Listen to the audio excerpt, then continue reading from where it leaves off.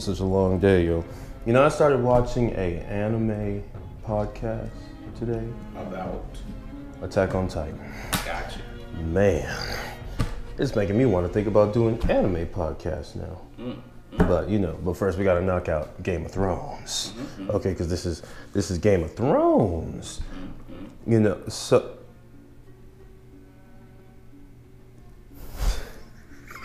You got it. I couldn't resist. You got it. Jamaican Snut. Jamaican Snuggie coming at y'all once again. There it is. It's been a long day. It's been a very long day. Oh, did I tell you I got a new job?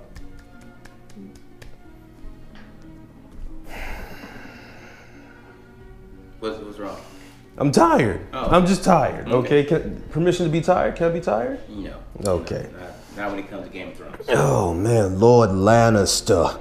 Long live the king. Oh wait, that's Godzilla. But anyways, You're missing your genres together there. okay, be sure to speak into the mic. You can't hear me? Just making sure you close to the mic. Okay, we're good. We're all good over here. Okay, so see, boy, this knockoff battery garbage. All right, so we are on season 2, Game of Thrones. Okay. Whew. So season 2 was just crazy. Season 2 was pretty crazy. They built on the foundation of season 1, and they took it to a whole nother level. They took it to level 2. I mean, I thought season 1 was amazing. Then season 2 came and said, I'm going to top your amazing with something awesome. I did not think it was going to be that awesome. Gotcha. I mean, that epic. I mean, you hear about this guy, King, what's his name? King Robert brother, not the one who you see in season 1. You hear about, what's his name? Stannis. You hear about him. Baratheon. You hear about Stannis over and over, and I'm like, okay. And you finally see him, and you're the guy that I thought I was gonna see, but you just lived up to my imagination. My imagination didn't have nothing on who you actually are. It's like you are a person that's driven by what you believe. So you kind of remind me of Ned Stark, but like a twisted version of Ned, because I don't think Ned would compromise, but that's down the road. But it able to see what they were able to build on from season 1, and especially what they left off. Ned's gone. I mean, if you didn't know, Ned is dead. Spoiler alert. I didn't see that coming. And then you see his whole family, they want revenge. The Starks, and King, he is king of the North, Robb. But my man is like, whoo, we coming to the south, we going to King's Landing. I mean, man, it's a lot of places, a lot of different people. We got Theon Greyjoy people. They get introduced. We get to see what Theon, his choice, his dilemma. He has the family that he grew up with, that he was a ward to, pretty much. They use him as like a bargaining chip. But he have his family that is blood, and you see that he has to decide. That's where I want to, kind of think about, because I didn't see Theon turning. I mean, I remember him turning, but I was so much invested into it emotionally, because it's like he's like a brother or like some kind of a cousin to the Stark family, and you see him cut that man's head off, and he didn't do it smoothly. It took him a couple tries. Oh, to cut those, that guy. yeah. Roderick, I think his name was Roderick. Talking about the old man. Yeah, and you see him, and he's telling me, he said, let the old gods have mercy on your soul, because you see it, and then the music just builds. But it's like those are one of the craziest moments, because I did not see that coming. Even though I saw it coming, I've already literally seen it coming. I still didn't see it coming. That was, I don't think any of us did. No. But speaking of which, Lord Craster. Who's that? Lord Craster. What family is he from? I don't know. Okay. What house do he live? I don't. He lives in a hut village. So you remember Are you when? talking up there at the wall? Craster? I think that's his name. I mean, Lord Commander, Jon Snow, and the rest of them went to his hut village. There you go. Okay, Yeah. and he had nothing but girls. Nothing but pretty daughters. Yeah. Okay. Daughters. Now listen, Lord Commander. I didn't. What? You call him Lord Craster? Oh, That's his name. He's Lord Craster. Yeah, I guess he is. I guess he's a lord. I mean, I wrote it down. I know I ain't tripping. Hey, there's no problem. I think they kind of disrespect him by just calling him Craster. Yeah. Like his legit name is the Lord. Yeah, I think so. But the crazy part was when Craster and was talking to Lord Commander, right? And then Jon Snow walks into the hut where they're all chilling or whatever. And then I can't remember how it went, but anyway, someone asked Jon Snow, "What's your name, boy?" Probably Craster, and then he was like, "I am Jon Snow." And then Craster was like, "Who?" I thought to myself, how you gonna disrespect Jon Snow? Jon Snow is like he's a bastard. Oh my god! And then Craster said to him, "My God, you boy, Lord Commander, where'd you get this pretty boy? He's prettier than half of my daughters." Pretty much. I was like, you better put some respect on Jon Snow, okay? I can dig that. He doesn't know Jon Snow. Oh Lord, oh Lord. Jon Snow doesn't know. But this man, Lord Craster, doesn't know either. You got it. And I feel like, I don't know if the girls was looking at him. I feel like some girls was looking at him. So he's kind of like warning, hey, you stay away from my girls now. Especially you, pretty boy. Especially you. Because I You too pretty. I got to keep my eye on you. It's like some of the girls are kind of getting pulled in with your... prettiness. You're just too handsome. You're just a little bit too. You creeping into pretty. Okay, how can you be so handsome that you're pretty? It don't work. Jon Snow. I mean, it's Jon Snow though. Jon Snow. And I'm gonna touch up on Cersei. Can I touch up on Cersei? Oh no, not Cersei. Okay. Cersei. The dialogue. Oh, with her. And Lord Baelish. Oh, Littlefinger. That was epic. And then Lord Baelish said to her, "My dear, knowledge is power." Yeah. And then she said, "Okay, I hear you. You say knowledge is power. Can I respond? Can I have a retort? What happened in the scene? Go ahead. Can I retort? What happened? Okay, go ahead, man. Kill him." What? And then they got him all tied up and she says, "It's okay. Let him go. Power is power." No. Before she even said that, she said, "Turn around." Oh, they all turn around. Yeah. And she could command them to do whatever they want. And then she was like, yeah, like you said, power is power. I was like, don't. And then he kind of realized, like, yeah, I might have to reevaluate my life real quick. I mean, the thing is that I think Littlefinger really understands is that you can't show your hand.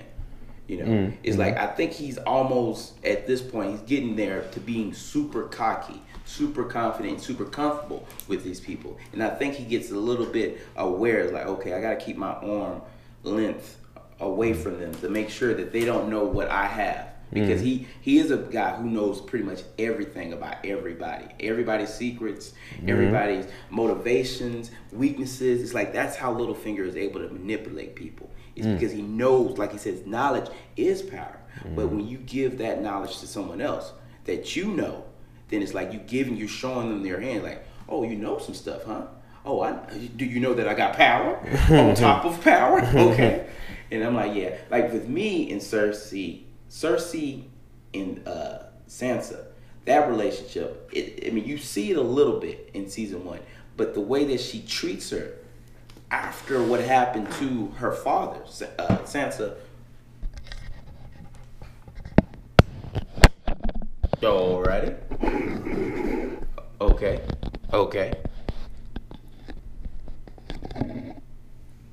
Because whenever you lean in, your mouth will be right there at it. Gotcha. But with him and with Sansa and Cersei, you see Cersei, she drinks a little bit more. And I feel like that because she's not able to control, I'm forgetting his darn name, Joffrey. She's not able to control him. And she's frustrated with him, and she puts that and projects it onto Cersei. not Cersei, but Sansa. She's like super cruel to her. She's always saying something mean to her, trying to teach her like, okay, yeah, you didn't maybe choose to be with Joffrey. After now, you know what he did to your father. You know, that's his mercy. Okay, is to cut your father's head off. But you're gonna have to learn how to live with them. Okay, for you to be queen, you're gonna have to be able to humble yourself to know, yeah, you may get slapped, you may get hurt when it comes to your feelings, and it just, I don't know. It's like she was like extra cruel to her, but I don't know if that was like a favor to try to say, I'm trying to help you and mold you into the queen that I think you could be if you get these things. Yes, you're in pain. Yes, you're mourning. But get over it. You need to start learning how to drink. Okay, you tell me the first time you become a woman, you know, you bleed. You know, you tell me these things because I need to help you on this road of becoming a queen. I was like, you just too mean. You just she got to live with Joffrey. That he's one of the cruelest of the cruelest when it comes to king. We got the Mad King. I don't know what you call Joffrey. He just so cruel. He just loves to make people suffer. That's why I think he made what's her name, Sansa, come out there and say, "Come on out here, look up there. Oh yeah, that's your father. Yeah, get a good look. Oh, the headshot. Get a good look. Yeah, you like it. You need to learn. You know what I'm gonna do? I'm gonna put your brother head right next to your father head." I'm like, oh my gosh. And then he's like, you know what? My mom told me this. Never hit a woman. Dog hit her. Oh my gosh. I was like, she got to deal with Cersei, Joffrey, and then the dog just slapping her around. But even with the dog, you know, the Hound, he's able to kind of, he cares for Sansa. He's trying. He's getting there. Little Dove, it's okay, little Dove. You know, you need to learn that that's gonna be the first of many. Oh my gosh. Speaking of Joffrey, though, Joffrey got his a little bit. When? Not a whole lot, but a little bit. You can tell Cersei's like finally getting irritated with him. What's that? But when the workers in the main hall where the throne is, they were doing some construction work, and then Joffrey said something like Cersei was talking to him. They were walking towards the throne, and Joffrey turned around, said something super smart to her, something just snarky and rude, and then she said, "Oh, I remember. It was about Uncle Jaime and the king." Joffrey said, "No, I think it was just about Uncle Jaime. Like, no, not Uncle Jaime. Talking about the king. Did Papa or did my father? Yeah, there we go. Did my father get so bored with you that he went to go find his whores in the street or something like that?" Yeah. And then she said, and he looked at the workers. And all workers went right back to work. No, they froze. They froze and they went back to work. I feel like it. Okay, let's go back to work. Okay, I was like, yes. And then Joffrey was like, "It's only because you're my mother. I'm gonna let you slide on the first one. Don't let it happen again." You know, I mean, he's serious about that too. He's not. It's not like no false threats. That's like something that he's like just saying it. No, I believe if she did it again, it's just, I would think. And I mean, it kind of made me think about how Joffrey got his too when they were coming in. I don't know where they were coming from, but Joffrey and the whole, King's Guard was going through this big crowd, and it was Cersei. Oh, when they got attacked. Yeah. And then what's his name? Our imp, Tyrion. Oh, Tyrion. Tyrion. He walked up to him and said, we've had crazy kings or something like that. He said we've had stupid kings and we've had idiot kings. But we never had like a stupid idiot king. You know what? In a sense that he's making the people angry by how the way he, conducts himself in public. And then it's like the first thing he says was someone threw a piece of fruit at him. Kill him! I'm like, dude, you don't want to do that. Oh yeah, he was trying to kill everybody in the crowd. Yeah, it's like, you're going to get yourself killed because it's like you don't have wisdom when it comes to navigating through this. It's like these people angry because they don't have food. He was like starving the city. He was still taxing them, and he wasn't like, people would bring that to him and he wouldn't care. Joffrey's like, I don't care. So they were mad at him. It was like, dude, yes, you're the king, but it's like, we're suffering out here, and you on top of it thinking that you're better than us because you are the king. But it's like, you're not able to live up to the responsibility of being a king. You got to take care of your people, and that's why I think like Tyrion was telling them, it's like, you can't be that stupid to think that you're gonna be not feeding these people, and then you're gonna double down because they throw some rotten food at you. You want them all dead. You can't kill everybody in that mob. I'm like, y'all don't have enough guards. Y'all almost died. It's like Sansa, she almost got raped. Almost, and then the Hound saved once again. Little Dove, he comes out of nowhere as a savior. Or is it Little Bird? Maybe Little Bird. Little Bird sounds right. Yeah, I don't know. I feel like Little Dove. Yeah, maybe Little Bird. But yeah, it's like you can kind of see the I don't know, the humanity in the Hound. It's like, he doesn't enjoy doing what the Joffrey says or the killing. He does it because he has to. Yeah, orders. He was raised pretty much like that. But yeah, to me, I got to go back to Stannis. The first what about time, Stannis? Because when you think of the Stannis, you think of the Red Woman. And she brought something to the show that I never really thought. Where does she find Venom? Can someone tell me where Venom came from? You talking about the Shadow Baby? That, and then Venom gonna sneak up on Stannis' little brother. It's like Renly or Renly? Something like I think that. it's like Renly. I think his name is Renly. Oh, matter of fact, I can cross that up because I have Venom's assassination plot. Yep, you got it. Before Venom was Venom, I mean, this is maybe was his daddy or something. I don't know. Before Venom was Venom, he was a Shadow Baby. He was a fetus. I guess so. And I mean, like I said, before that even happened, Stannis, and then you see the Onion Knight. I forget his name. The who? The Onion Knight. They call him the Onion. He's the guy who has the fingers cut off. Gotcha. And he's the pirate, the smuggler, for Stannis. He's like his second hand in command. And he automatically is like, Stannis, you can't trust this Red Woman. She's coming around here talking about we need to burn people and burn idols and stuff like that and forget about the old gods. And Stannis like, she says she's seeing her in the flames, the Lord of Light, seeing me as being king. And at the moment, we don't got the money, we don't got the army, we don't got nothing right now. At this moment, we have to do something. And she says, with her Lord of Light on our side, he's gonna lead us to a victory. And I mean, that right there, that's Venom coming out of her. He's like, oh, okay, if I didn't believe, that made me believe 100%. This Lord of Light is a serious contender when it comes to the old gods and the new gods. Like, we gotta put some respect on the Lord of Light. I'm like, and then the Onion Knight, when he was sitting, he was like, oh my God, what is coming out of her? I'm like, yeah. That birth just lit. He did like this. He was like, boom. Yeah, he came out just. He knew he came out with a mission. He knew exactly what he had to do. Venom went Hodge twins on him. And then you see Lady, what's her name? Lady Barath? No. Ooh. Our big knight woman. Oh. Force Awakens. Lady Phasma. I forget her name. It's like start with a B. I feel like. And my girl, Lady Stark has said her name so much throughout season 2.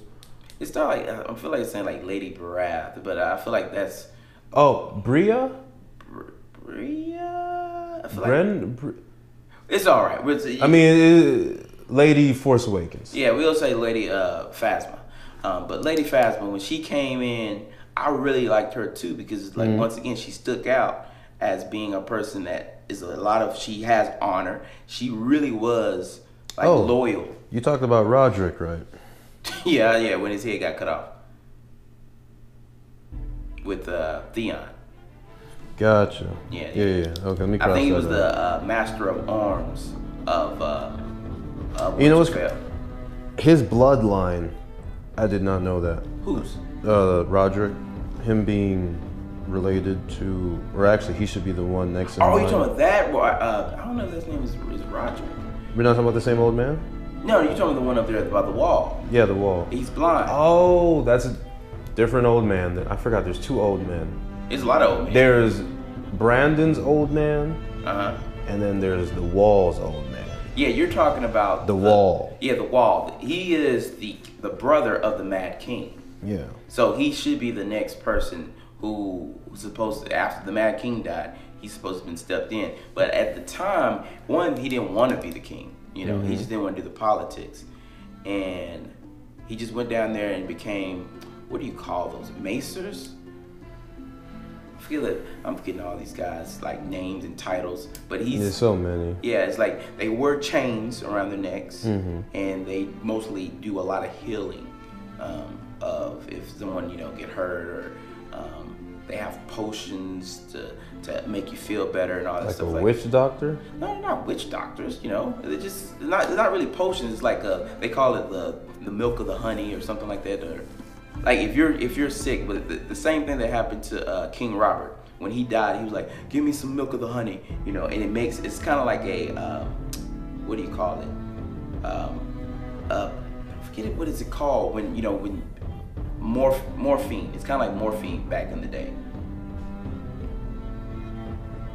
Rum? No, not rum. He didn't say rum. I mean, people gave alcohol to numb. Yeah, like, but pain. but it's not really when he had that big old gas, this King Robert in season 1, by that wild pig that cut him. He was like, "Give me some more milk of the honey," you know.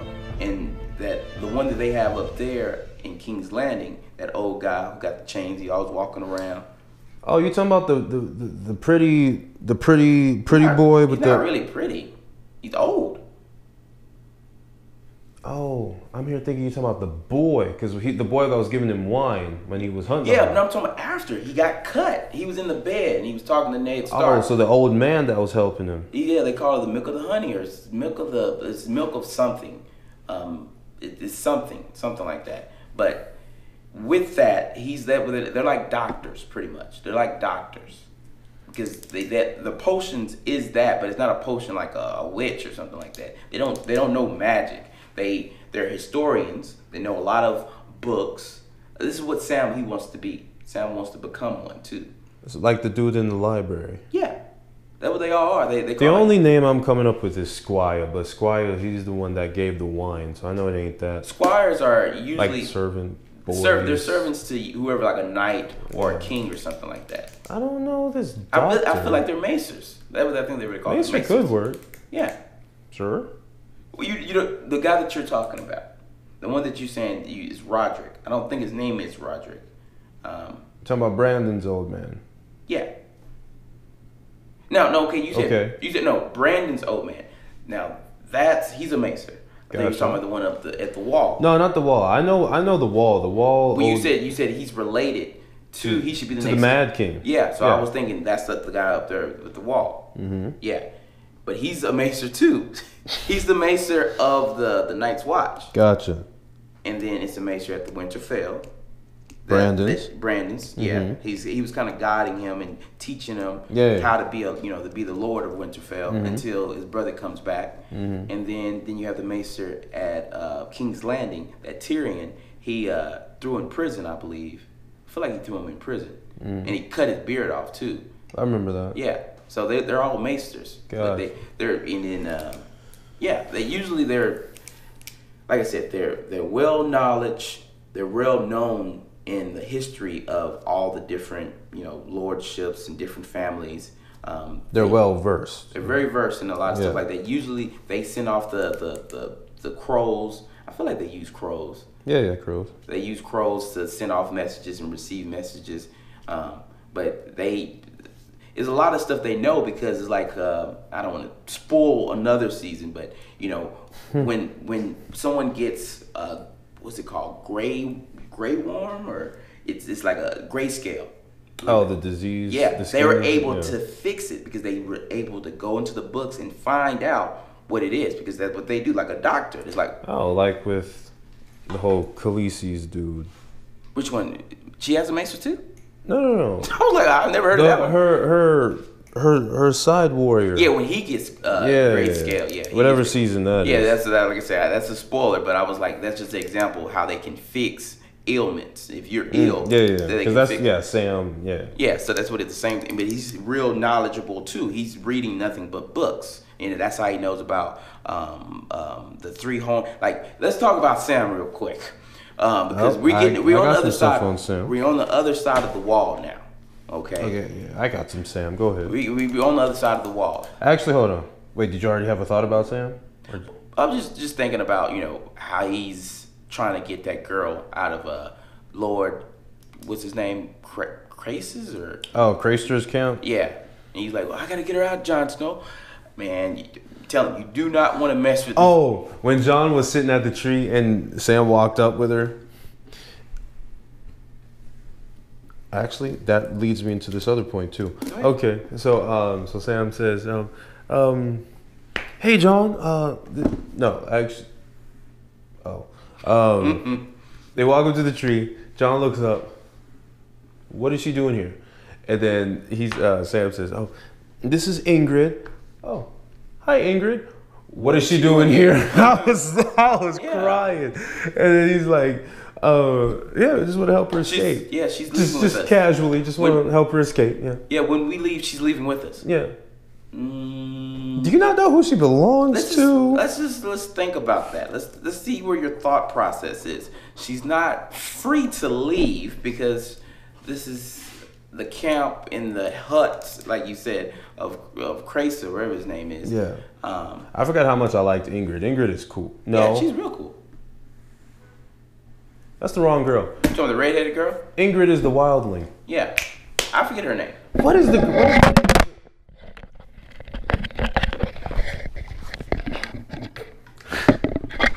I really hope this isn't making noise. You have to edit that part out, maybe. I'll just leave it. Okay. Uncut. We are uncut. Okay. We are uncut. I don't want people to see my cat reflexes. I'm Batman. Okay. Not Catman, okay? Yeah. Hey. Back to it. Food for thought. As we move on throughout the seasons, I'm going to try new things. Obviously, this is a new setup, I guess. I'm trying, y'all. I'm trying. Good, we all good. I'm trying. Back to it. Okay. Are you back on Sam, or are you back up there with the? I gotta remember. Ingrid is not Sam's girl. I don't know why I thought they were the same girl. Like I said, I'm tired. But yeah, Ingrid, she's really cool. I like Ingrid, even though she double crossed Jon like 3 times. Pretty much. But I did like how she tried. She kind of not stood up for him, but she made a good case to keep him alive. Versus just killing him right there. Yeah, but you can see it in her face. She kind of cares. She's starting to care about him a little bit. That's what I'm like. The thing is that the people that you should hate on the show, you start off hating them like, yeah, she's a wildling. You can't trust these wildlings. Especially she just double crossed Jon Snow. Jon Snow is the man. But I like her though. I like her. She double crossed him, and I mean Jon Snow is a prisoner. But I like her as his captors. I'm like, this is kind of weird, Like I said, the Hound is like the same person. This dude have killed people on the grounds of the king and Joffrey and all these things like that, working for the Lannisters. But I'm like, but I still like the Hound for some reason. Okay, little bird. It's like he's coming to protect Sansa when no one else is there. And it's like he has some honor. And he always like, don't call me a knight. I am not a sir. I am not a knight. And I'm like, yeah. That's what I like about him, because he's like humble. He's not a person that's boastful about his titles and who he works for. He's like, I got to do what I got to do, man. The king says I got to kill someone, I got to kill him. I can't argue. If I got to slap you, I got to slap you. I ain't going to enjoy it. But I got to do it. But I still got to do it, okay? But like with them going farther into up over the wall, the whole, what are my boys' names up there? What do they call them up there at the wall? The men of...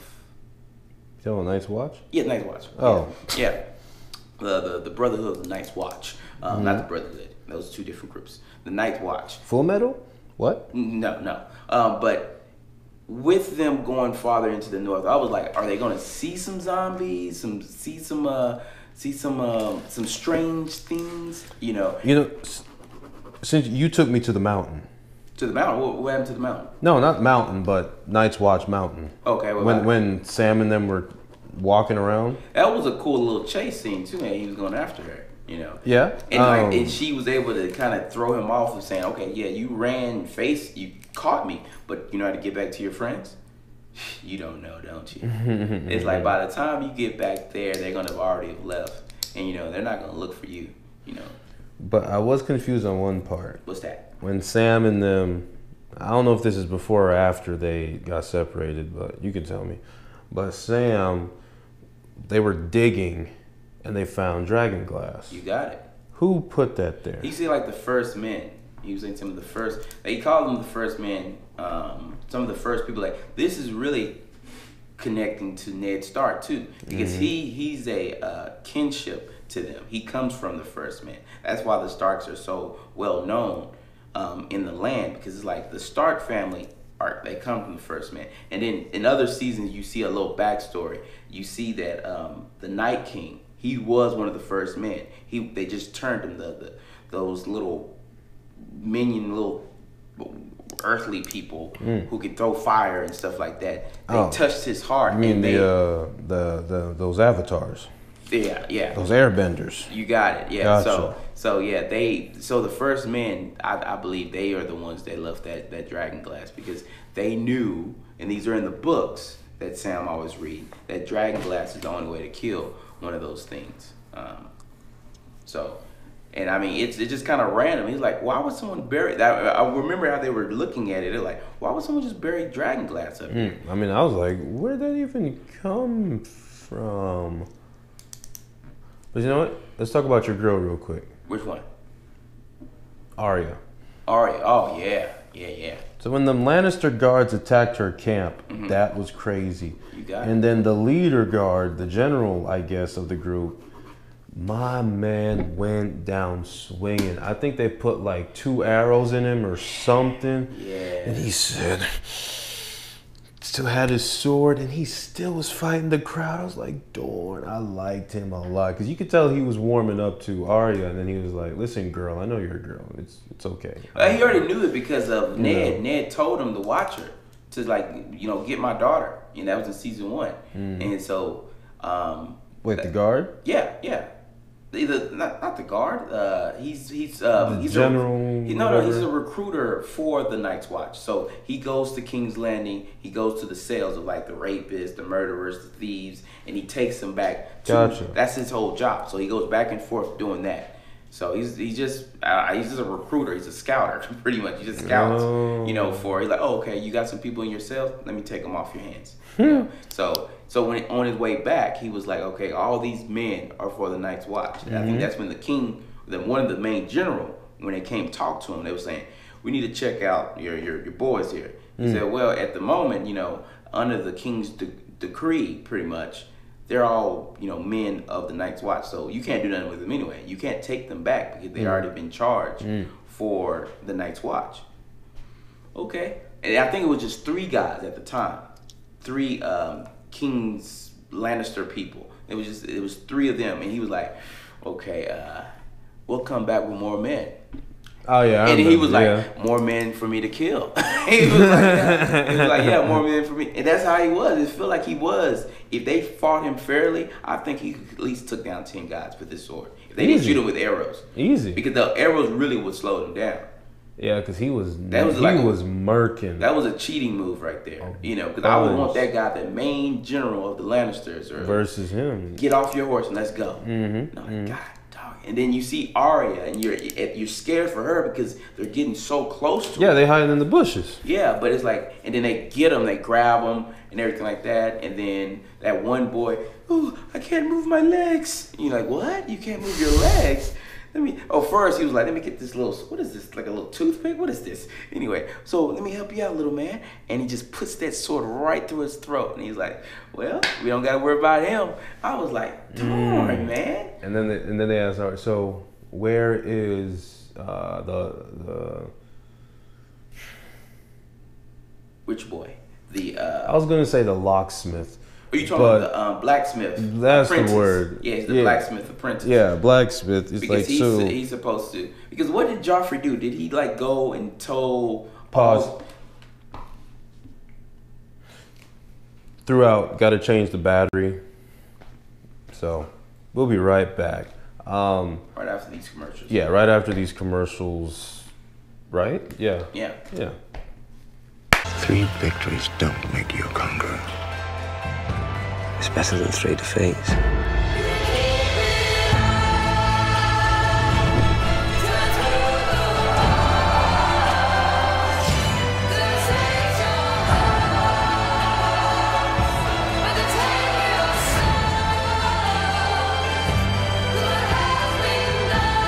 All right, so now we're talking about the blacksmith apprentice. So you were saying? I was gonna say welcome back, but okay. Welcome back. Welcome back. They don't know if we left. I mean, they don't. They're just watching one video. Blacksmith. Yeah, and then yeah, when they attacked, my man was going down, and then he had his helmet. I think he was beating someone. And that's why he was stupid for that boy that did get killed. He had held the helmet, and then Arya was like, "Yeah, you're looking for the blacksmith.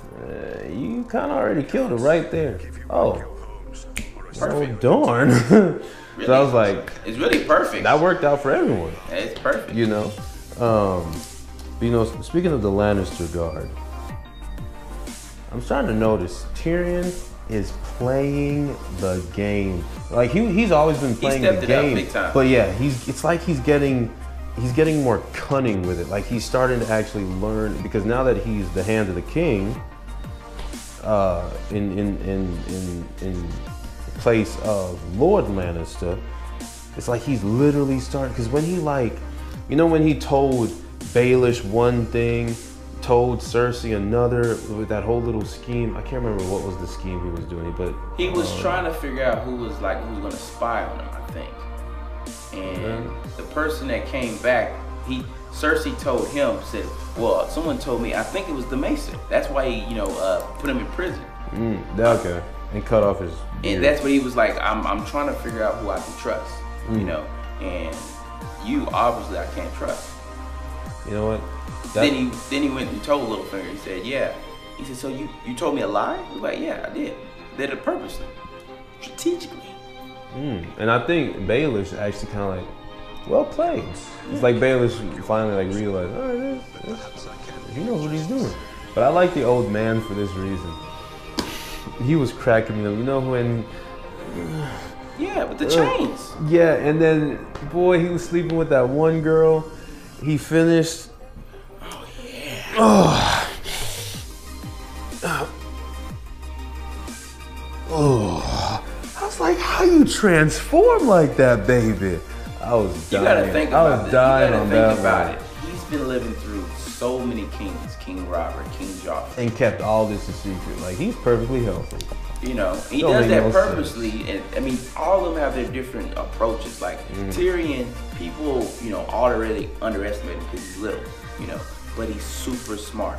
He is a super smart guy. He's very quick when it comes to the words. Very slick with the words, And Cersei says that. You're very funny. You're such a funny little man.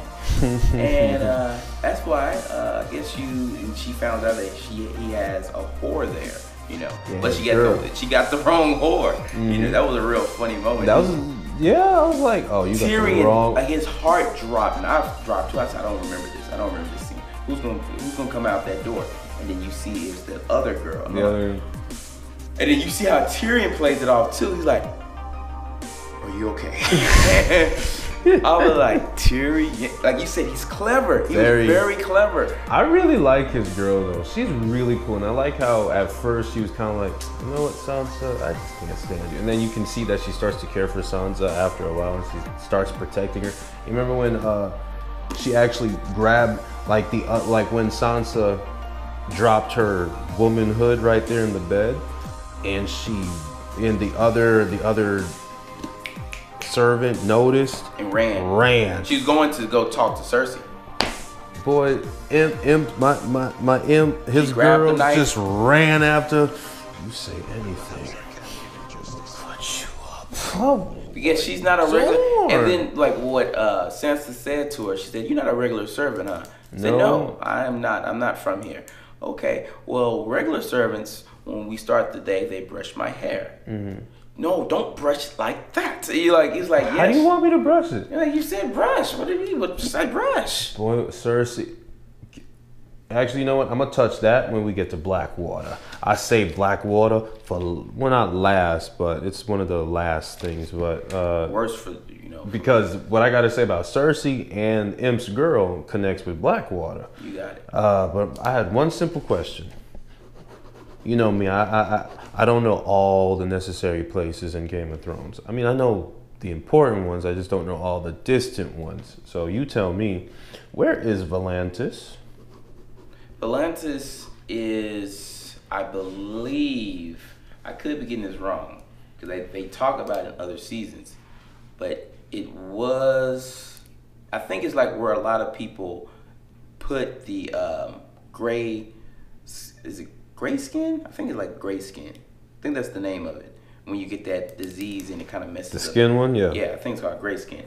They put people there. Why? Oh, it was just a question I wrote down.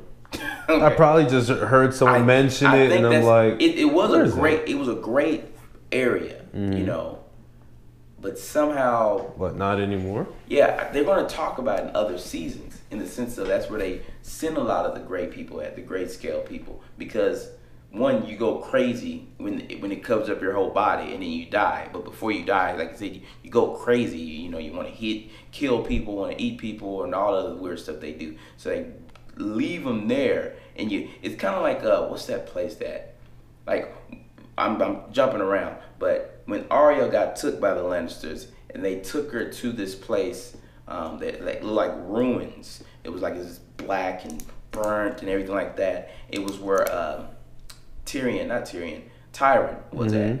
You know, it was like a camp, and they were torturing people. Like, tell us about the Brotherhood. I know nothing about the Brotherhood. Oh, when they were heating up those rats on tummies? Yeah. Gotcha. Like, tell me about the Brotherhood, you know. And everybody kind of don't know. And they're like, oh, I know this. Like, all right, good. And they still put the rat on them or something like that. And then that place was a great place, too. It's like they're naming places. They said they're going to be doing a prequel. So hopefully we'll see these places in their former glory. But is anyone else excited for that prequel show? Oh, for sure. You got to be. It's Game of Thrones. I wonder what they're going to call it. I mean, you can call it Game of Thrones and just put like some kind of subtext under it, you know, so it can be. It's still connected because people are always going after the throne. Before years. I don't know. I bet it'll be some kind of time because they always have these like great times. The run of the first guy who took over the whole kingdom with the first dragon. I forget his name. Oh, I had that written down. That was from season 1. Lord Aegon? Yeah, Aegon. You know the reign of Aegon or something like that. And in that time, that was Reign of Fire. Reign of Fire, yeah. You get it? You get it? The dragon movie. Yeah, you got it. Yeah. Oh. Aragon. Okay, yeah. It all connects. It's in the same universe. Oh, no, I got one more. Okay. Game of Thrones. Uh-huh.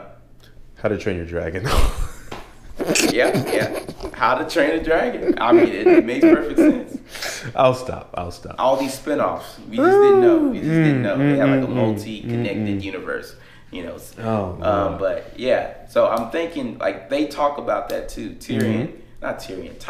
Their names are so similar. Just say Imp versus Tyrion, his father. Lord. He was Lord Tyrion. I love Tyrion too. I really love Tyrion. I like him a lot. You know, I understand how he is who he is and how he became who he is, because he's a person he's willing to do anything, and you see that when it comes to Cersei, his daughter, and you see that a little bit like Jaime too. Jaime, he'll kill, they always kill him, they call him the Kingslayer, you know, because for good reason. Yeah, it's like, I bet his father told him, like, yeah, go ahead and kill him. Yeah, that's smart. Do it, you know. But with all that, you know, you see, now this is crazy because I'm just a person from the book. I'm 90% positive that Arya and Tyrion never met. they never met ever in the books. Not that close. And she was never a servant. Oh, she never served him? Never. That they added. It was someone else. I think it was someone else they replaced with her in the books. So I was like, okay, I like this spin to it. You like it? Okay. Because it's like the person that you're looking for. They were looking for one of the Stark daughters. They never knew where she went to. Mm-hmm. And you're looking for the person that's serving you. That's like so crazy. And I don't think Tywin figured out that she was a boy. Or a Stark, much less. No, not that. But I think, No. I think, didn't he? I think he did figure out that she was a girl. Oh, wait, no. Maybe he did. But just talking about Arya, we can't forget about the many-faced guy, Boy. The girl. The first kill by man of many faces, okay? Yeah. The girl has given a name. The girl has given the first name. That first kill was crazy. I did not see that. Boom! And you just see him just chilling up in his little corner upstairs, just nibbling on his little apple. I'm like, hey, what's up? The girl gave a name. We're good to go. Yeah. Does the girl have a second name? Who was the second name again? Second name was a guard. Someone guard. that was gonna sell her out or sell someone out. Yeah, because what was it? She was going somewhere with information from the letter from the Crow letter. Yeah, the Crow letter. She shouldn't have had it. Yeah. And then someone noticed that she had it, and then she was like, I don't know, that guard, whatever his name. And he's like, and she said, you gotta do it now. Well, the many-faced guy doesn't work that way. Like, I can't kill him now. Like, no, you have to kill him now. All right. And he went over there and he did something to her. Is that the one he threw off? That's the first one. Yeah. So the second one, what did he do to he him? walks into Tyron's room, opens the door, and he just falls. Yeah, and it's like a knife in his back of his head or something, right on his back or something. I didn't see a knife. He knew he died suspiciously, I believe. This is how. Tyron. Didn't like. He didn't die normally. I think it was by poison or something. Something hit him. Just the fact that fool just. He was like, Lord, just dropped. Lord Tyron, boom, and I was like, yeah, he was about to rat her out in a big way. And that's the crazy thing. He was like, if you name anyone, the many-faced God will kill them. No problem. The man will do what the girl says. Put a name. Give me a name. Just give me a name. Remember the third name? The third name was his name. You got it. It's like Jakar, something with like a J. I feel like his name was Jakar. I feel like it was Jakar. I don't know. It was something like that. Y'all please correct me. But with that, it's like I love him too. It's like he's cool. You don't meet people like him and how he talks, and his ability to kill and assassinate. It kind of, and then his leaving. He was like, hey, if you ever want to find and do what I do, because I think she asked him, she said, I want to do it. Can you train me to do what you do? But she hadn't left with him yet. No, she was asking. She's like, because he was leaving, and she was like, I still got to go and see my family. I got to go see my mom. So I think she was trying to get back to Winterfell, but she was like, I still kind of want to know how to do what you do. And he was like, well, I can teach you, or if you ever want to, come to where I'm at. Go somewhere and say something Leviticus or something like that. He gave her a coin and say, anywhere you go to like a dock, and if someone's going to this place, all you have to say is Lord of Aveus or some kind of weird saying. Just say it under the table. Yeah, you got it. You got it. Say it in the mic. Say it in the mic. Say it with chest, okay? You know what?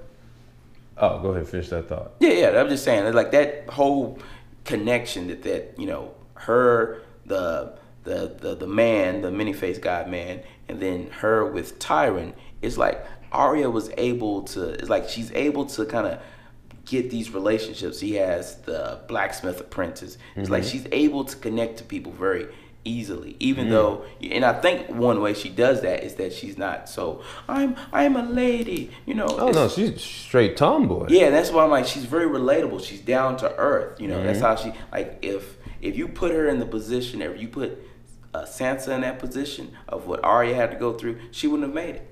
She couldn't have made it because she can't, she can't hide her feelings, It's like her father just died, and the first thing that she does, she goes to sleep and she repeats a list of people that she has to kill. Joffrey, Cersei, the Hound, the Mountain. She just goes down this list every time she sleeps because she's like, I'm going to kill these people. Versus Sansa. Sansa, she's just like, shocked and crying and all the time. And I'm like, the Hound's like, you better get used to it because I'm going to be slapping you a whole lot. Okay? I can already tell. I'm going to be slapping you every minute. Every time I see it, it's going to be, hey, how you doing? Slap. Okay? This whole time we haven't talked that much at all, really, about Khaleesi. That is weird. That is very weird. Because a lot more happened outside of Khaleesi's realm, I'd say. And this thing, when she reaches the gates of Koth, the Merchant of Spices had me rolling. He's so sarcastic. Yes, Your Majesty, I'm sorry. You cannot enter. Where are your dragons? I don't have to show you my dragons. Well, you cannot enter. Do you have anything else? No? Then you cannot enter. I'm like, this Merchant of Spices boy, he had me cracking up. But my big black man said, hey. He cut his hand. I vouch for her, okay? I was like, that's my boy. I like that. But he had his own little plans too for it. That she did not agree to. Yeah, he was like, if you marry me, you as the mother of dragons and me, one of the richest men in Koth or wherever it is. It's like, yeah, Koth. And then he's like, you know what I've built this big safe for? I have all my riches and pearls and money all behind this thing. But he says it's impossible for any man to unlock this thing without this key that he carries around on his neck or something straight like that. Empty. And he said that's the whole big. He said some kind of saying, and she repeated it back to him, or when they closed the door. I remember. And it's pretty much was saying, it was like, if you can make people believe that you have that money, it's like that's power too, in a sense of people looking at that safe. It's like that safe is like the most expensive safe ever. So you can't just have an expensive safe like that and have nothing in there. They automatically assume on the other side of that wall is so much money. So it was like your name it carries so much weight just because of who you are and where you come from. Especially they say it's like one of the richest cities in the whole realm. That Koth area right there. They trade so much different stuff. Now the one that got me the most, what is it, like the House of Undying? The Undying. That guy really weird. Wizard. But when he straight up pulled a Doctor Strange, okay, Infinity War shout out there. Oh well, don't want to spoil nothing. You're not spoiling nothing. Well, Doctor Strange. You're not spoiling nothing. You're not going into detail. Don't go in detail. But I'm relating it to the scene in Game of Thrones. They'll put it together. Yeah, but how are they going to be able to put it together if they haven't seen it? That's the only way you're spoiling it. The people who haven't seen it. Oh, I guess I shouldn't assume everyone's seen it. No, but you don't have to assume. Because I just saw it. Forgive me. But you don't have to assume because you're not going in detail. I guess that's so. Yeah. But people who know Doctor Strange in Infinity War and they're connecting it to the scene in Game of Thrones season 2 with the House of the Undying. Gotcha. Oh, I see what you mean. That magician dude right there. That wizard. That sorcerer. Oh, Lord. And I'm talking the whole council. Yeah. Just everybody's just gone. Oh. What? What about it? I can do it too. Okay. As long as you got it. As long as you got it. Yeah, you good. Okay. I'm like, darn. And then Khaleesi's like, what is this? It's like it's so weird because you're working in a world like King's Landing. And you see that it's like they're using politics and double crossing each other, and they're using information, and then like the House of the Undying. It's like this dude is the legit magic. Okay, dragons. They're magic, but it's like they're practical. They're family. Okay, they're just family. The dragons are family. They're not like just walking around leaving fairy dust everywhere they go. It's like they're just family. And then you see this guy, you're like, what is that? I'm so confused. And then she got to go and find her dragons, you know, because someone takes her dragons. How did she even magically just go into the building? I guess it's an By his illusion. power. Or, Yeah. It was a magical thing. And then my man was following her around the corner, and then she's gone. What? Did she come back around here? No. It's like it was a one shot too, kind of. You just see his angle, and right when she disappears, she like goes into it. Sorcery. Yeah, and then they do that like What? that. They say this is a big moment in season 2. You know, like you said, we're not talking about it because it's something that they do in the book too. In a sense, they're foreshadowing something, possibilities. Like one possibility, she sees that she can be with what's that dude name? Aquaman. Drogo. She's like, my moon and my stars, you know, whatever he calls her. And she's like, I can't be here with you. I can't have, and he's like holding the baby and stuff like that. And I'm thinking like these are different possibilities that this guy wants her to kind of maybe live or be trapped in there, you know. Another one, it shows that her on the throne and it's like snowing, I believe, or it's like look like ash, or it could be snow, but it's in the throne room. So that could be where winter is coming to, in the sense of snow is in the throne room. That means that the Night King is there, you know, and she may have to fight the Night King. That's gonna be crazy. So I was like, this thing is foreshadowing. And then when somehow he gets her tied up in the chains. Oh, the chains, yeah. And Well, them babies said, hold up, you gonna tie my mama up? She said that word. She said something in some kind of weird language. I was just gonna say some dragon language. I was gonna say Dragonite. Let's just call it Dragonite. You got it. And she says those words, and they just blaze that nigga, boy. Just blaze. At first, he was like, "Whoa, hold on!" And you see him, and then all the dragons joining in. I'm like, "Oh no, you messed with the wrong one." I'm not the one. Okay. And I mean, it's like you said. Not saying that nothing happened with the Mother of Dragons. It's just like, well, she kind of really didn't get too close to King's Landing. She lost most of her people in the desert. Her dragons almost got took. Some of her slaves, not her slaves, but she doesn't call them slave, her tribe, some of them got killed in Koth. I'm like, darn, man. That's true. It's pretty much, it's not going up. Her servants got killed too, protecting the dragons. Yeah, and then her right-hand man, he is kind of almost, she's not testing his loyalty. It's just like they're having disagreements on how to deal with situations. Like he already could tell the black guy was coming after her in the hand of marriage, you know. And then didn't one of her servants betray her? I feel like the black guy. Which one? One of the servants, because she said that he promised something to her. So I think that's how they got the dragons, or that's how they made this situation. Because I think the black guy, he was saying, okay, if you marry me, you'll be able to have.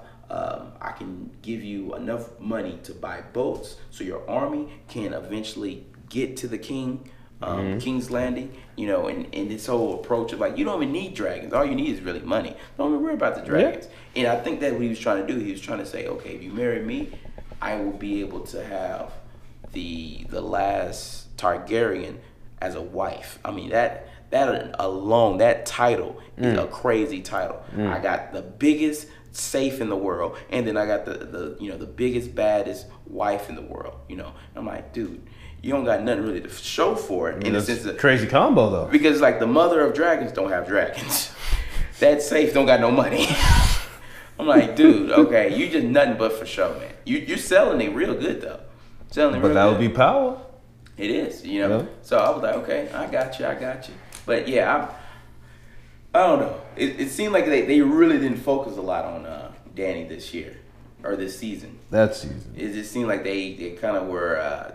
It was like so much going on. You got to think about Rob. Rob got Jaime. You know. Yeah, tied up. Boy, Jaime did a clever thing when he tried to escape. Boy, that was a clever plan though. He was like, he was telling him a plan of. He was saying, I was your what do you call him? Steward.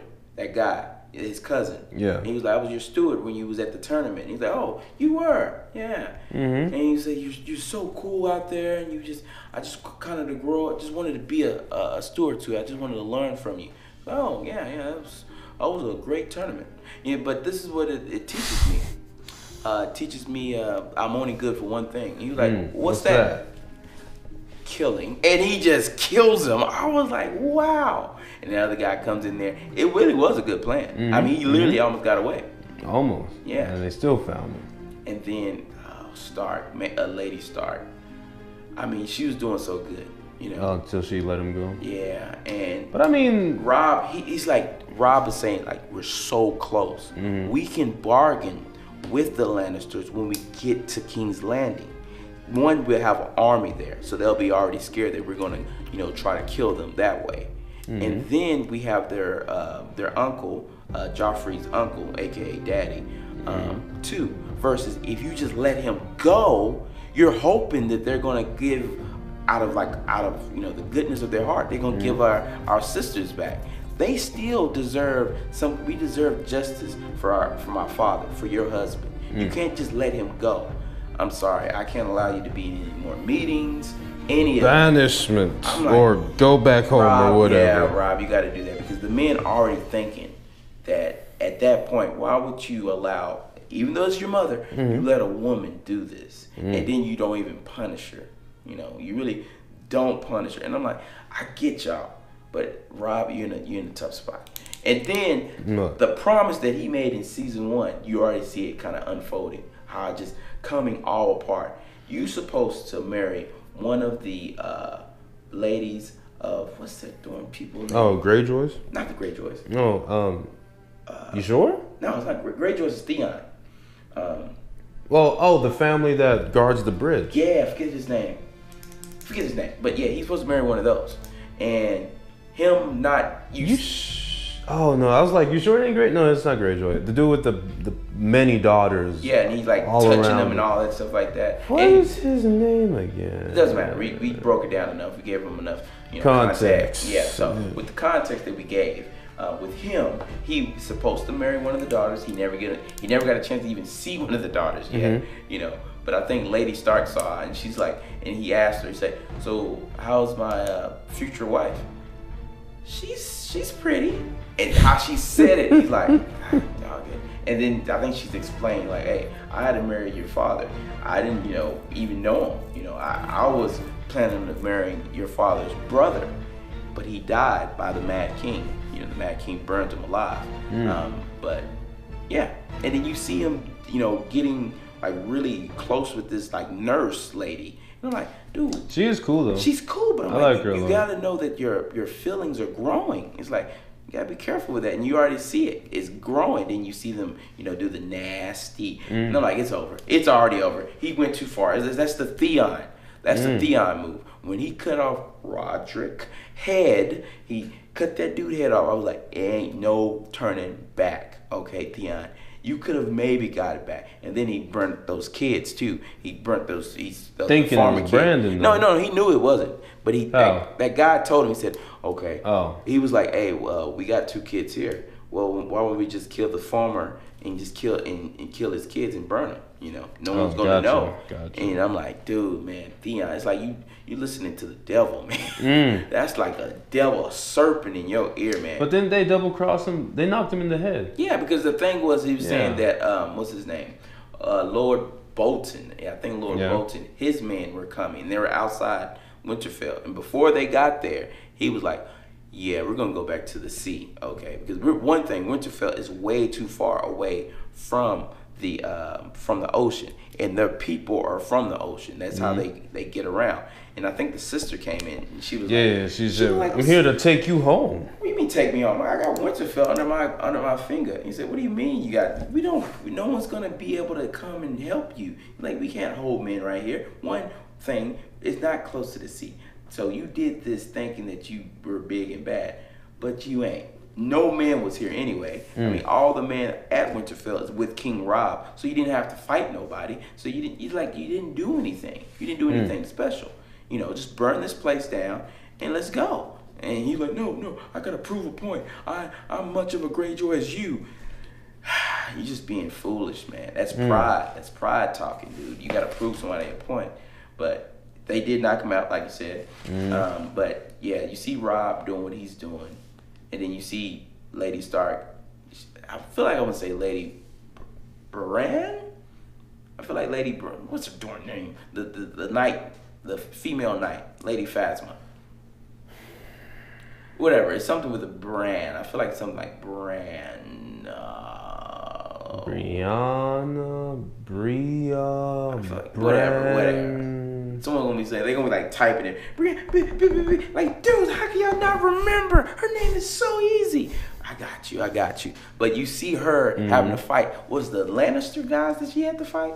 Because when they were traveling. Yeah, she was walking up there and she saw that these people was being hung, and she was like, yeah, you didn't have to do that, you know. And whoops. That's the mic. Oh. No, that's my pen. And he was like, hold on, who's that guy over there? Like, that's nobody, just a prisoner I have. No, hold on. I think I've seen him before. No, you haven't. No, I think I have. That's Jaime Lannister. Oh my gosh. And then you see her fight. Jaime was surprised. He was, oh my. I thought you was an okay knight. You look like a knight because you're real big and you got your sword, but you don't know how to use it. I wouldn't mind fighting you, because I want to fight Ned Stark. He was putting up some competition to me. But I wouldn't mind to fight you. Oh, yeah. Yeah. So I was like, okay. Jaime liking her now. He's really he was toying with her a lot. Just a little bit. Yeah. I think he was even throwing sexual kind of vibes at her, like, hey, if you want, we can do something, with each other if you want. Because I bet you never been with a man. Have you ever been with a man? And speaking of Lannisters, though. Who else? Imp. When Imp said to Joffrey, when he slapped Joffrey, and then he said, and now I struck a king. Oh, yeah. I can't remember the lead up, though. Something about, let me see. I don't know, I've served a king, and now I've struck a king. I don't know. Joffrey said something. I was laughing on that part. Yeah, well, I think I have it. One of the parts where I like with what I was saying. You want to work for me? My man, Mike, okay. With the, no. I'm looking for Tyrion. When he talks to Joffrey. I have to cut this part out. Okay, well, he says... Okay, yeah, this is the part I was saying. I butchered it when I was paraphrasing it. But he was saying, we've had vicious kings, and then we've had idiot kings. This is when the crowd went all crazy, and then you see Joffrey saying, kill them all, And he said, we have vicious kings, and then we've had idiot kings. But I don't think we've ever had or been cursed with vicious idiot kings. I was like, darn, vicious and idiot. You're just the merge of both of them. You're just a mix of them. You're stupid and then you're just cruel. You can't be both. You can be cruel, but you can be a little bit smart. Because I think, what's his name? Lord Robert's brother, Stannis, he's cruel. He's a very cruel kind of guy. He doesn't show a lot of emotion, but he's smart. Leading up to Wildfire, Blackwater. Okay. Now, good job, Blackwater. Boy, when you see Captain Jack Sparrow's ghost ship just coming out that far, just creeping I'm like, I know it's finna happen, but at the same time, I was like, I forgot how it happened. I played that. How'd it go down again? And you see my boy hit that arrow. And before that, the Onion Knight, aka Stannis' right-hand man, literally, he doesn't really have a right hand because most of it's cut off. But he's talking to his son. He's like, yeah, after this, we'll be able to. They're talking about after this battle, when we take over King's Landing and stuff like that. Yeah, I'm gonna be the hand of the king. Just letting you know already. Giving you a heads up. Most people don't know, but after we beat these guys, what's that? And he sees what's happening, and and he calls for his son. Get down! And his son's ship just blows up. I'm like, he's one of the first ships up there, and his ship just blows up. I was like, oh my gosh. And then it just wildfire on an ocean surface. Just that was crazy. Like they said, I think they were saying that like water doesn't do anything to it, you know, and that's why they can pour it in the ocean.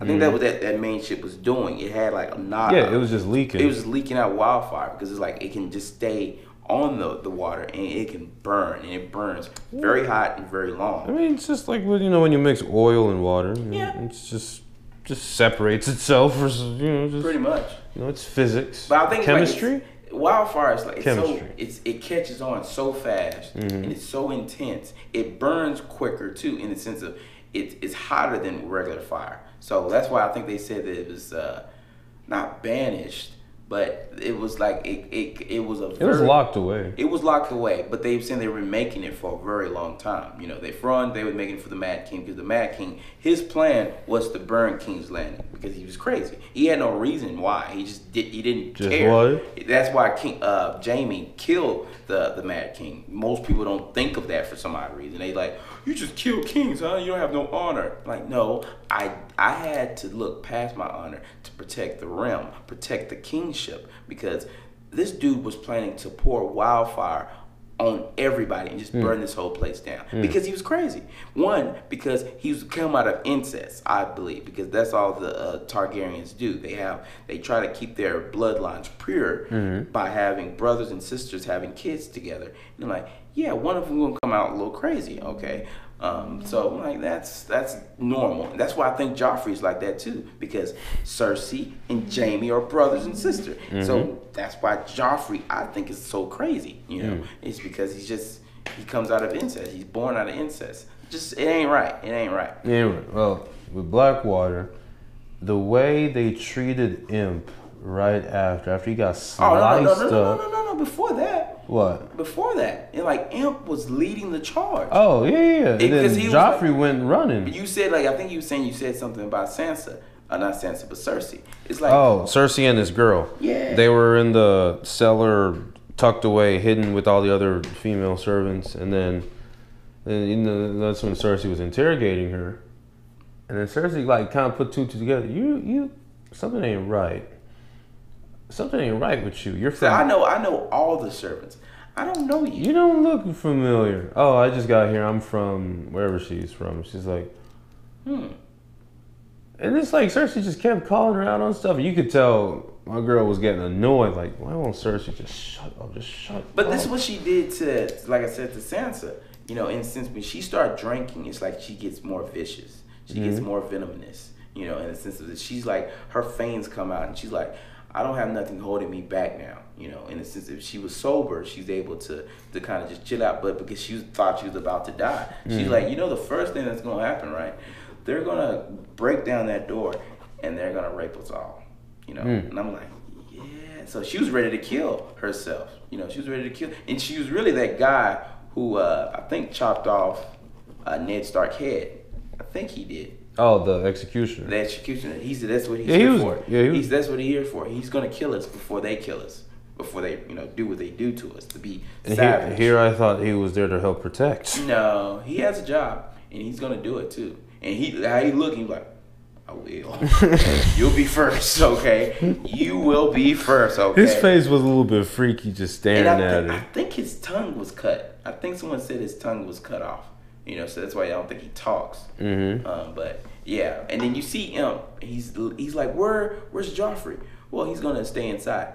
He gonna stay. He's the king. He got to at least encourage. Show his face. Because it's like it's if he's not willing to go out there, at least to go out there. He don't have to be out there fighting. It's like he kills the whole morale of his troops. And then everybody was like, we're gonna die, man. We're gonna die. Then Tyrion gave a very powerful speech up there on the stairs. Like, we're gonna go out there and we're gonna protect our kingship. We're like, if we die on our, I don't know, something. He like in the sense that he's inspiring them. And then when they go after that first round, I feel like someone was trying to kill the Imp. That's why he gets that cut right there. Yeah, on his side. Yeah, and I bet it was Cersei. I bet Cersei came up with that. It's like, okay, we're gonna die. And then I think who saved him? I think it's not. Is it his? It's his squire? I think it's his squire. Yeah, the black-haired dude. Yeah. The boy. Yeah, he came out there and he Just hit speared him or in something? the back. He threw something at him. I feel like because he wasn't like super close to him. He did throw something at him. I think he was with right. his spear. And then you see the Hound. The Hound cutting people in half. I'm like, Well, I remember that one shot. Hound said, "You just see this and just body just." I'm like, I didn't know Like Thorn. I didn't know you can do that to people. And it just. I said, I know I know the mountain. Mountain, sure. He cut that horse. I was like, that okay. makes sense how big and powerful it is. I'm like, oh man, the Hound. I want to see them fight against each other. If they're able to cut like that, I mean, they ready to cut. I was like, that's a cut, that's a cut. I was shocked. Okay. Okay. I did not expect that at all. And then that fire came. But that man, like someone got hit with fire or something and started running towards the Hound. He was like, no. Oh, he froze on that I can't one. do that. I can't fight that. No, I didn't. That is beyond me. You got it. He's like, I didn't sign up for this. Okay? So he went back in, and that was the first round. He was like, and I think the imp or something, I guess, did they pull the imp out? Something happened. Yeah, they saved him, and then that leads into what I was saying, to how they treat. It's crazy. Even my monk came in. Oh yeah. I call him Monk. Spider. I think it's like his nickname because he has like his hands and everything or something like that. He has his little. Yeah, whatever his name is. He said, "Hey, listen, Tyrion, we will not forget what you did for this kingdom. Okay, this isn't right how they got you perched up in here, but you know." Yeah, he was like, but you got to understand. No one's gonna respect you, because you saved the kingdom. Because if he didn't do what he do, I mean, Stannis was so close, very close. If that wildfire, then wildfire really slowed him down. Most people would have got scared and said, "Okay, we ain't gonna win because most of our ships have been blown up. Most of my men are dying." Stannis said, "No, I'm here. I'm gonna get that kingship. I'm gonna get that throne." And he got up there, and even Stannis, he's like a bad man to fight too. I wouldn't want to fight Stannis either. He was fighting like multiple guys, and eventually, his men were saying, "Hey, we overwon. We got to go." No, I think Stannis saw when Tywin he came in with on those horses, and they start cutting people down. Stannis was like, "I'm gone. I'm done. I can't fight. There's no reason because, boy." And then you see what's her name, Cersei. She's up there, and I think she's dealing with her son. I think she had her son because the daughter have already been sent away. Yeah. And I think that what Cersei says to the imp. She said, "I'm gonna find someone close to you." Yeah, it's gonna be a day when you're gonna regret what you did. Don't I regret it? Yeah, she said it's gonna be one day, and speaking of Cersei though, when Cersei. Now, you tell me if you think this. Did she help Sansa on purpose with the whole Marjorie marriage? When she kind of orchestrated that? Or did she just do that out of gain? It's kind of hard to try to see where she was going with it because I think she did feel pity for Sansa. But at the same time,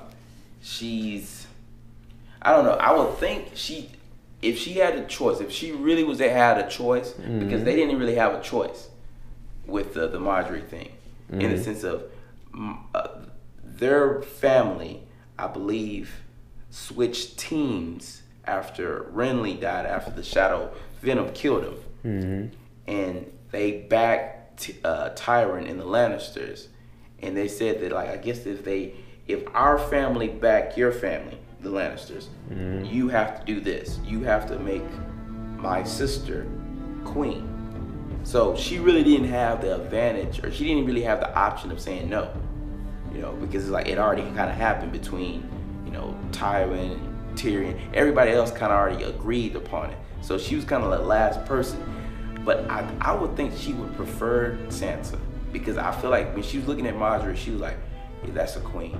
That's a queen that I'm gonna have to work on." Versus Sansa, she's weak, she's meek, she's just able to be manipulated much easier. Versus Marjorie, she has confidence about herself, she has self-esteem, And I'm thinking how she's looking at her. She's like, yeah, the people are gonna love you. It's like I almost love you just looking at you. You know how she spoke. You know, it'll be an honor to know that Joffrey will be my king.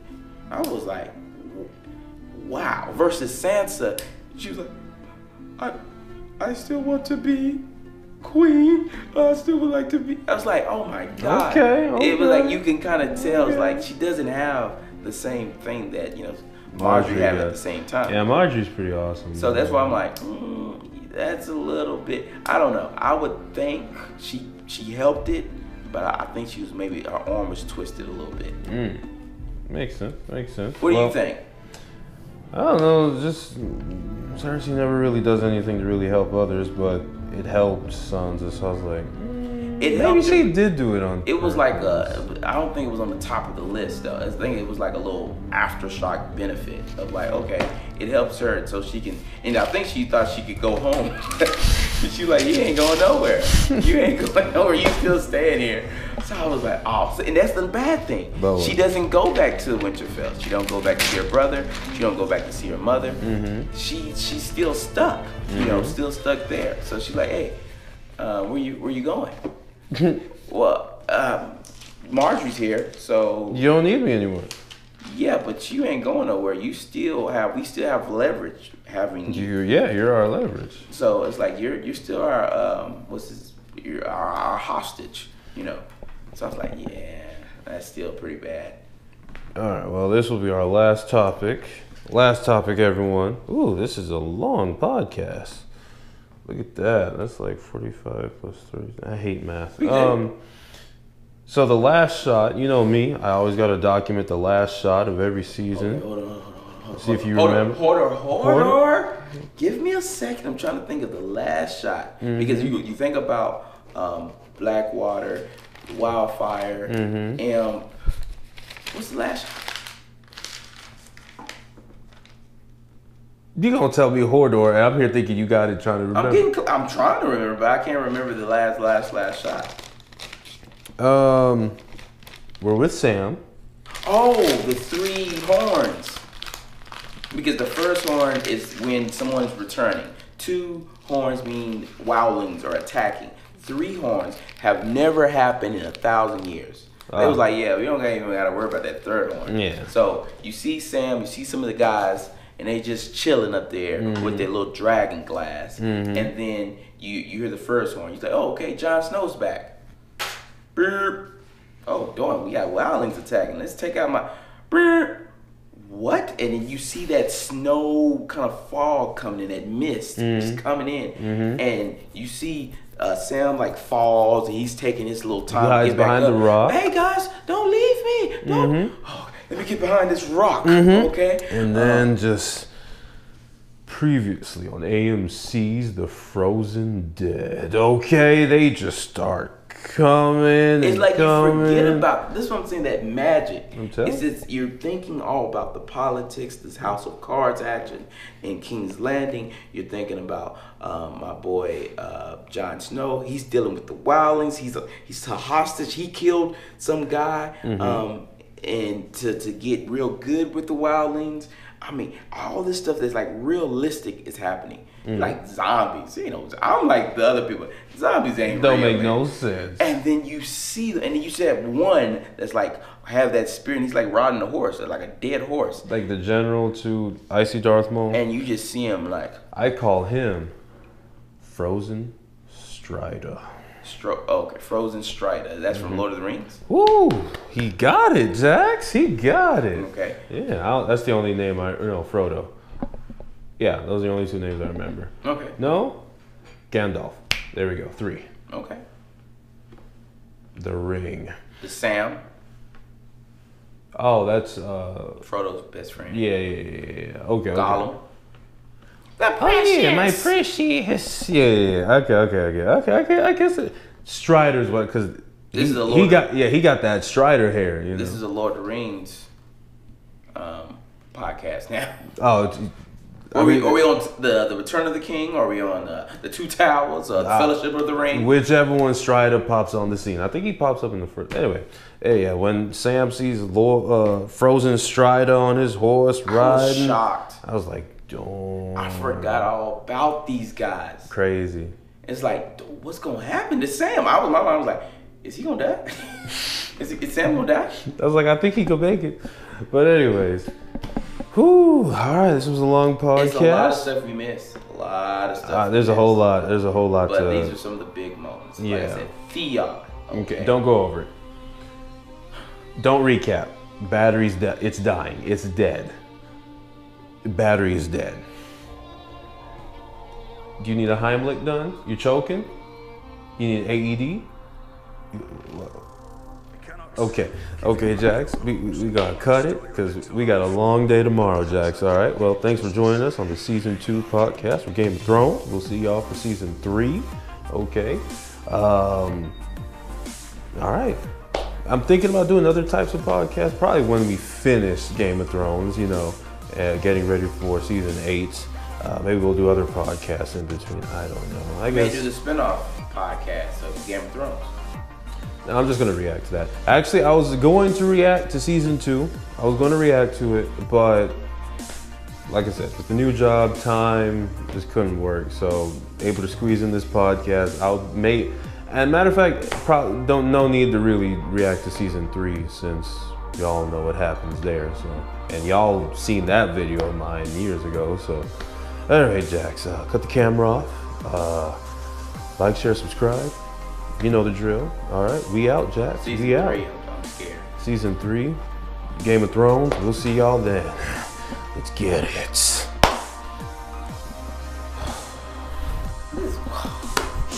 I need to take a nap. I'm so tired. I am so tired. This doesn't excite you? I'm excited. I'm just exhausted. Yeah, but it's like this just turns to what? It turns your tiredness into excitement. It conforms. It's like this is your caffeine. This is your 5-hour energy. This is your monster. Okay, all wrapped in one. This is what happens when I get onto Game of Thrones. Wait, are we still rolling? Are we still rolling? Game of Thrones does that to me. In the name of our king.